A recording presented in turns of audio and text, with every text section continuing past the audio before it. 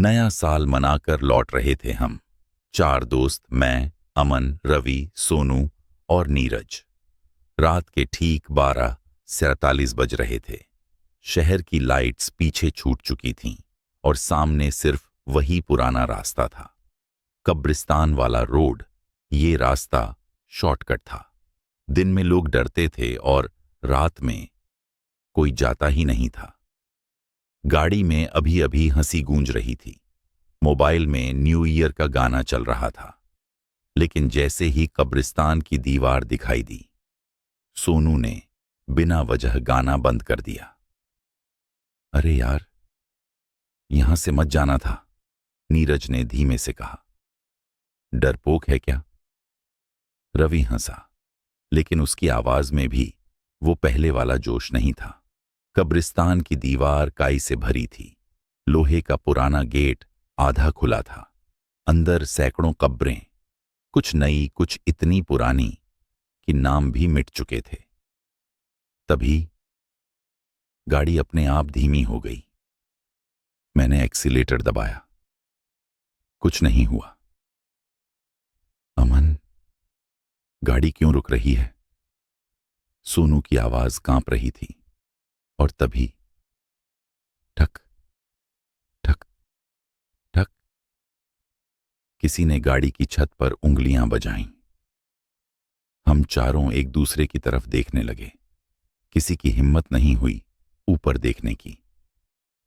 शायद पेड़ की डाल होगी, रवि बोला, लेकिन उसकी आंखें पसीने से भीगी थीं। फिर पीछे की सीट पर ठंडी हवा चली।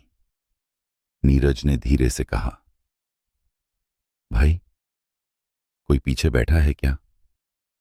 मेरे सीने में जैसे कुछ बैठ गया। पीछे तो हम चारों के अलावा कोई नहीं था। मैंने रियर व्यू मिरर देखा और वही पल मेरी सांस रुक गई। पीछे की सीट के बीच में एक और परछाई थी। साफ चेहरा नहीं, बस धुंध और 2 जलती हुई आंखें। मैं चीखना चाहता था, लेकिन आवाज गले में अटक गई। तभी उस परछाई ने धीमे से कहा, नया साल मुबारक हो। गाड़ी के सारे शीशे एक साथ धुंध से भर गए। मोबाइल अपने आप बंद हो गया। घड़ी रुक गई 12:48 पर। गाड़ी भगाओ, सोनू चिल्लाया। मैंने पूरी ताकत से एक्सीलेटर दबाया। गाड़ी झटके से आगे बढ़ी, लेकिन सड़क अब वही नहीं थी। कब्रिस्तान का रास्ता खत्म ही नहीं हो रहा था। दीवारें दोनों तरफ बढ़ती जा रही थीं। कब्रें पास आती जा रही थीं और हर कब्र पर हम चारों के नाम लिखे थे। रवि ने रोते हुए कहा, ये सपना है, ये सपना है। तभी गाड़ी के सामने एक बूढ़ा आदमी दिखाई दिया। सफेद कपड़े, चेहरा झुका हुआ। मैंने ब्रेक मारी। वो धीरे धीरे ऊपर देखा और उसकी आंखों में कोई पुतली नहीं थी। तुम लोग देर से आए, वो बोला। किसके पास? मैंने कांपते हुए पूछा। उसने पीछे कब्रिस्तान की तरफ इशारा किया। अपने लिए। अचानक पीछे बैठी परछाई हंसने लगी। हंसी नहीं थी वो, हड्डियों के घिसने जैसी आवाज थी। गाड़ी के दरवाजे अपने आप खुल गए। नीरज को किसी ने खींच लिया। वो चीखता रहा, बचाओ। लेकिन बाहर सिर्फ अंधेरा था। दरवाजा बंद हुआ। नीरज गायब था। अब गाड़ी में हम 3 थे और पीछे वो चीज अब साफ दिख रही थी। उसका चेहरा आधा जला हुआ था। मुंह बहुत बड़ा और दांत नुकीले। हर साल 4 आते हैं, वो बोली, 3 जाते हैं। रवि ने दरवाजा खोलकर भागने की कोशिश की। गलती कर दी। जैसे ही उसने बाहर कदम रखा, जमीन से हाथ निकले और उसे नीचे खींच लिया। उसकी चीख आज भी मेरे कानों में गूंजती है। अब सिर्फ मैं और सोनू बचे थे। सोनू लगातार हनुमान चालीसा पढ़ रहा था। परछाई चुप हो गई।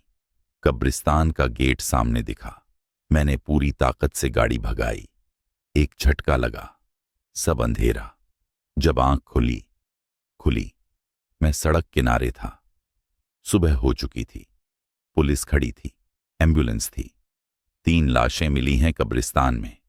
एक पुलिस वाला बोला, और तुम कैसे बचे? मैं कुछ नहीं बोला। लेकिन जब मैंने पीछे देखा, एम्बुलेंस के कांच में वो परछाई खड़ी थी, मुस्कुरा रही थी, और उसके होंठ हिले। अगले नए साल फिर मिलेंगे। उस दिन के बाद मैं कभी 31 दिसंबर की रात उस सड़क पर नहीं गया। और अगर आप भी कभी नए साल की रात किसी कब्रिस्तान वाले रास्ते से गुजरें और आपकी गाड़ी अपने आप 12:47 पर रुक जाए, तो पीछे देखने की गलती मत करना, क्योंकि हर साल 4 जाते हैं और 3 ही लौटते हैं। नीरज और रवि की मौत को 3 महीने हो चुके थे। अखबारों में लिखा गया, न्यू ईयर एक्सीडेंट, 2 की मौत, 1 लापता था, सोनू। और मैं जिंदा था, पर अंदर से नहीं। हर रात ठीक 12:47 पर मेरी नींद टूट जाती। पसीने में भीगा हुआ, दिल इतनी तेज धड़कता जैसे कोई दरवाजा पीट रहा हो अंदर से। डॉक्टर बोले पीटीएसडी है, पंडित बोले साया साथ लग गया है, लेकिन सच्चाई मुझसे बेहतर कोई नहीं जानता था। एक रात मोबाइल अपने आप ऑन हुआ। व्हाट्सएप पर एक मैसेज आया, अननोन नंबर। अमन, मैं लौट आया हूं। मेरे हाथ कांपने लगे। मैंने नंबर कॉल किया। पहली रिंग में ही कॉल उठ गई। उधर से वही आवाज जिसे मैं कभी भूल नहीं सकता, सोनू, भाई मुझे निकाल ले यहां से। उसकी आवाज टूटी हुई थी। वो लोग यहां सब जिंदा हैं। कहां है तू? मैं चिल्लाया। कुछ सेकंड सन्नाटा रहा। फिर उसने कहा, कब्रिस्तान, लेकिन वो कब्रिस्तान नहीं है जो तुम जानते हो। कॉल कट गई। उस रात मैंने फैसला किया, अगर मरना ही है तो सच जानकर मरूंगा। वापसी उसी रास्ते पर। 31 मार्च, ठीक 3 महीने बाद, वही समय, 12। मैं अकेला था, लेकिन इस बार डर से ज्यादा गुस्सा था। कब्रिस्तान का गेट अपने आप खुला हुआ था। अंदर कदम रखते ही मोबाइल सिग्नल गायब। हवा भारी थी, जैसे किसी ने सांस रोक रखी हो। और तभी मुझे आवाज सुनाई दी, तू आ गया। मैं मुड़ा। वो बूढ़ा आदमी फिर खड़ा था, लेकिन अब उसके पीछे नीरज और रवि खड़े थे। उनकी आंखें खाली थीं, मुंह से मिट्टी गिर रही थी।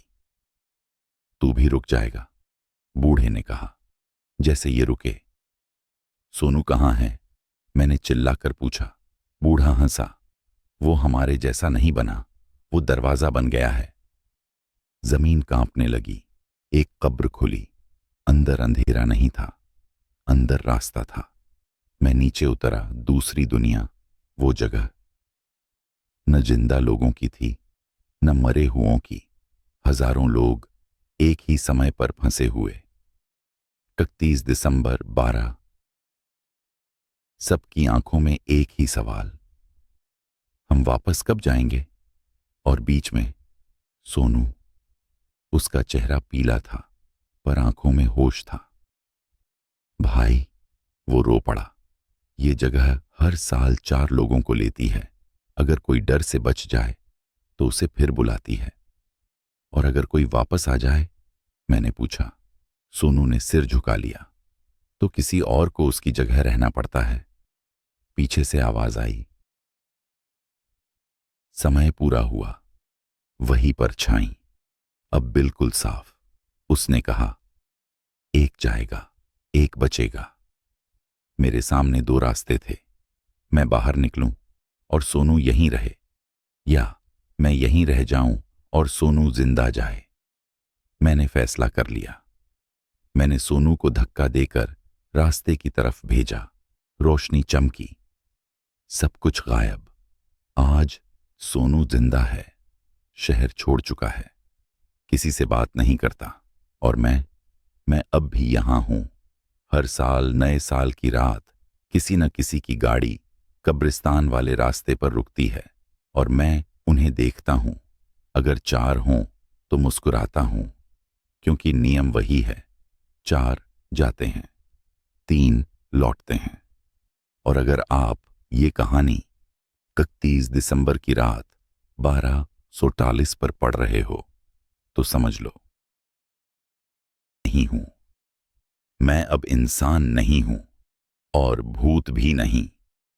मैं गवाह हूं। जिस रात मैंने सोनू को उस रास्ते से बाहर भेजा, उसी पल मेरी सांसें बंद नहीं हुईं, बस रुक गईं। यह जगह जहां मैं हूं, यह कब्रिस्तान के नीचे है, लेकिन जमीन के नीचे नहीं। यह समय के नीचे है। यहां घड़ी नहीं चलती, लेकिन हर कोई जानता है कि समय क्या है। 12। यहां हर साल लाखों आवाजें आती हैं, गाड़ियां, हंसी, न्यू ईयर के गाने, पटाखों की गूंज, और फिर अचानक सन्नाटा। हर साल 4 चेहरे साफ दिखते हैं, जो रास्ता चुनते हैं, वो जो शॉर्टकट लगता है। मैं उन्हें देखता हूं, जैसे अभी तुम्हें देख रहा हूं। हां, तुम्हें, क्योंकि अगर तुम यहां तक पढ़ रहे हो तो समझ लो, तुमने ध्यान खींच लिया है। नियम जो कभी लिखे नहीं गए। यह जगह नियमों से चलती है, लेकिन ये नियम किताबों में नहीं, डर में लिखे जाते हैं।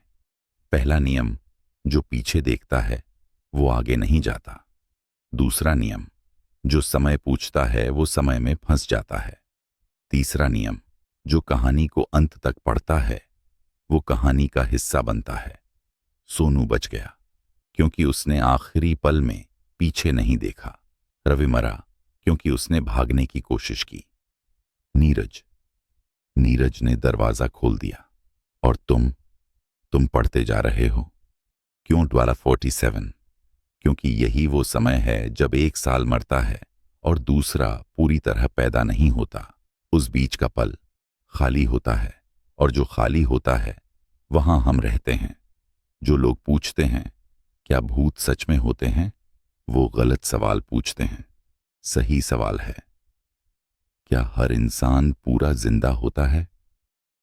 यहां कई लोग हैं जो चल रहे हैं, बोल रहे हैं, लेकिन समय ने उन्हें कब का छोड़ दिया है। मैं तुम्हें डराने के लिए यह नहीं लिख रहा, मैं तुम्हें चेतावनी देने के लिए लिख रहा हूं। अगर कभी भी नए साल की रात तुम 4 दोस्तों के साथ हो और कोई बोले चलो कब्रिस्तान वाले रास्ते से चलते हैं, शॉर्ट है, तो याद रखना मेरी आवाज। अगर गाड़ी अपने आप धीमी हो जाए, अगर रेडियो बंद हो जाए, अगर कोई पूछे टाइम क्या हुआ, तो जवाब मत देना, पीछे मत देखना।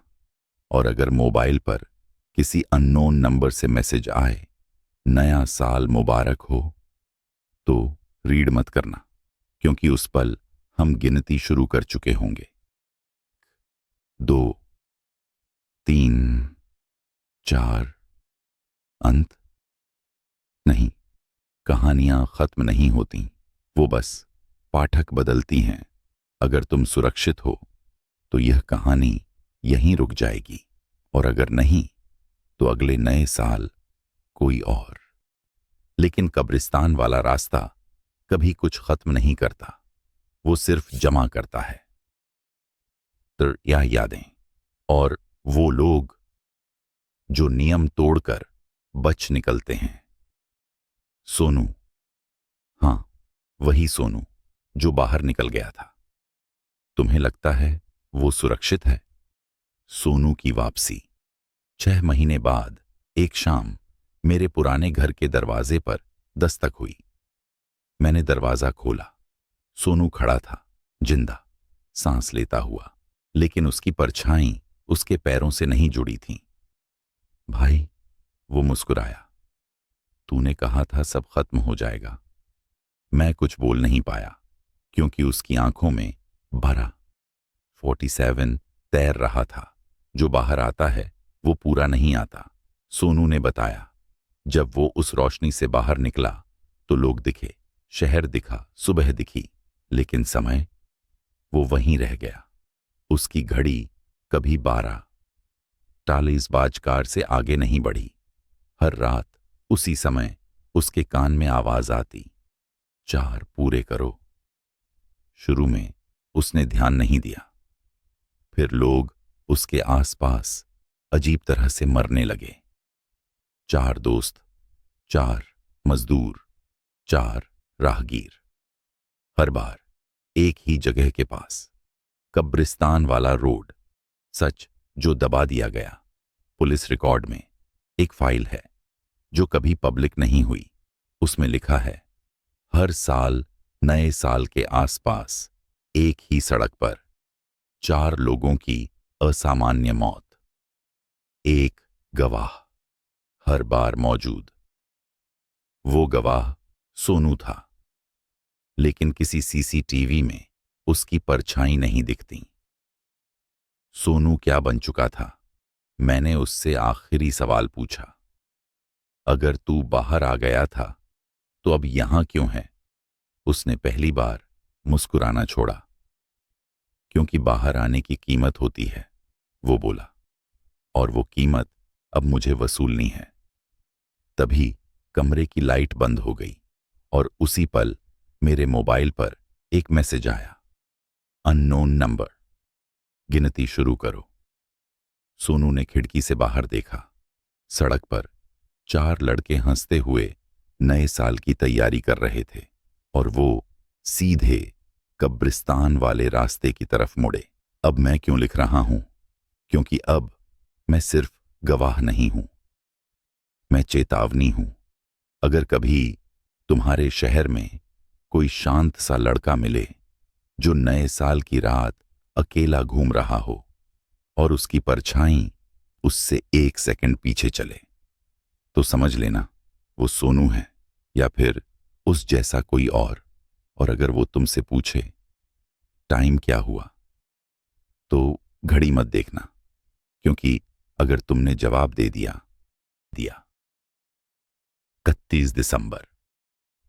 शहर चमक रहा था, लोग हंस रहे थे, पटाखे आसमान में चढ़ रहे थे और उसी भीड़ में सोनू चल रहा था। अकेला नहीं, लेकिन किसी के साथ भी नहीं। उसकी घड़ी रुकी हुई थी, 12 टिसाल।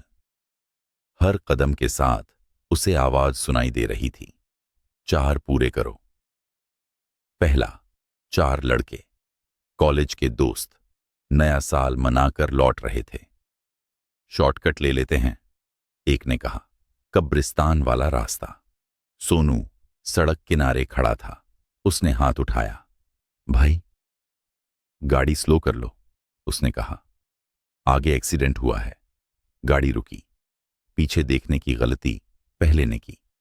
पहला, उसी पल खत्म। दूसरा, गाड़ी हिली, रेडियो बंद। दूसरे ने पूछा, टाइम क्या हुआ?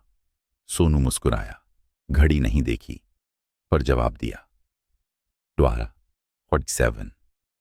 दूसरा, समय में फंस गया। तीसरा भागने लगा। वही नियम, जो भागता है वो सबसे पहले पकड़ा जाता है।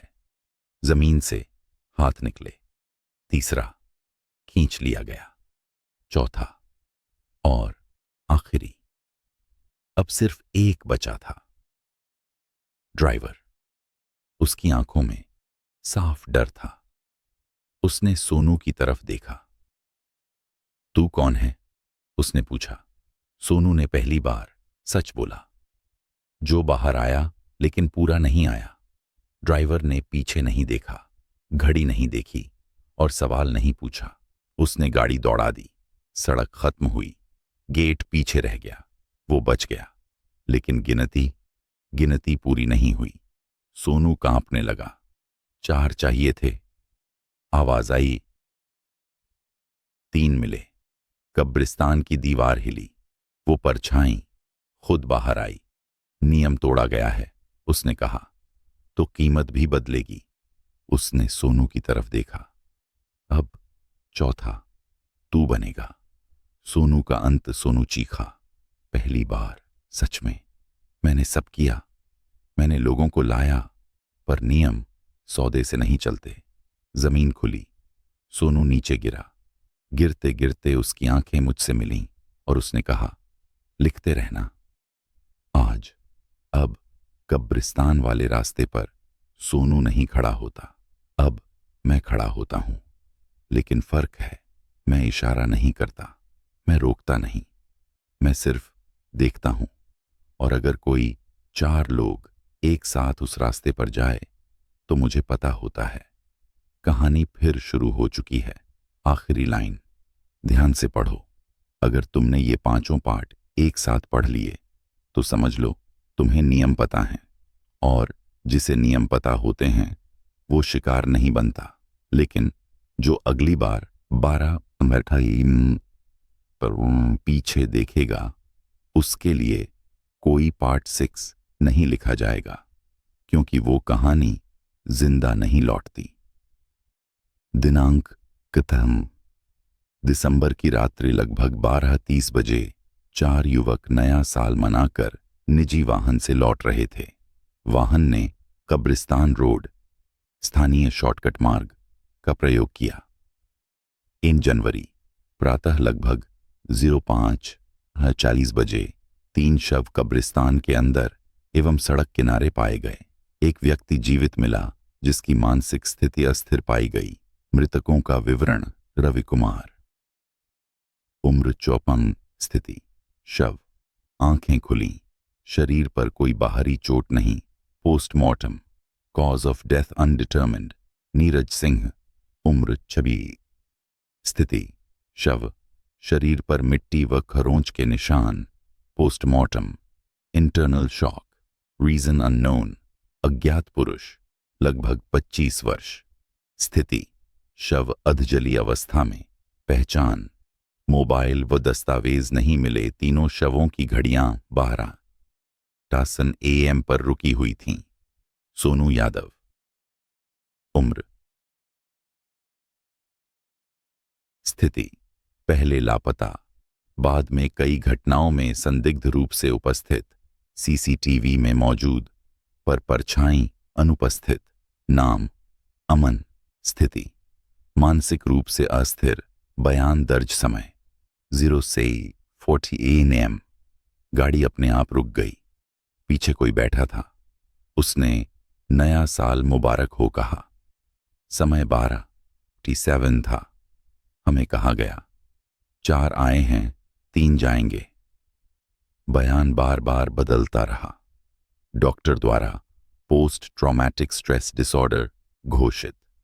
सड़क पर लगे कैमरों में गाड़ी प्रवेश करती दिखाई दी। गाड़ी बाहर निकलते समय सिर्फ एक व्यक्ति दिखाई दिया, किसी अन्य व्यक्ति की स्पष्ट रिकॉर्डिंग नहीं।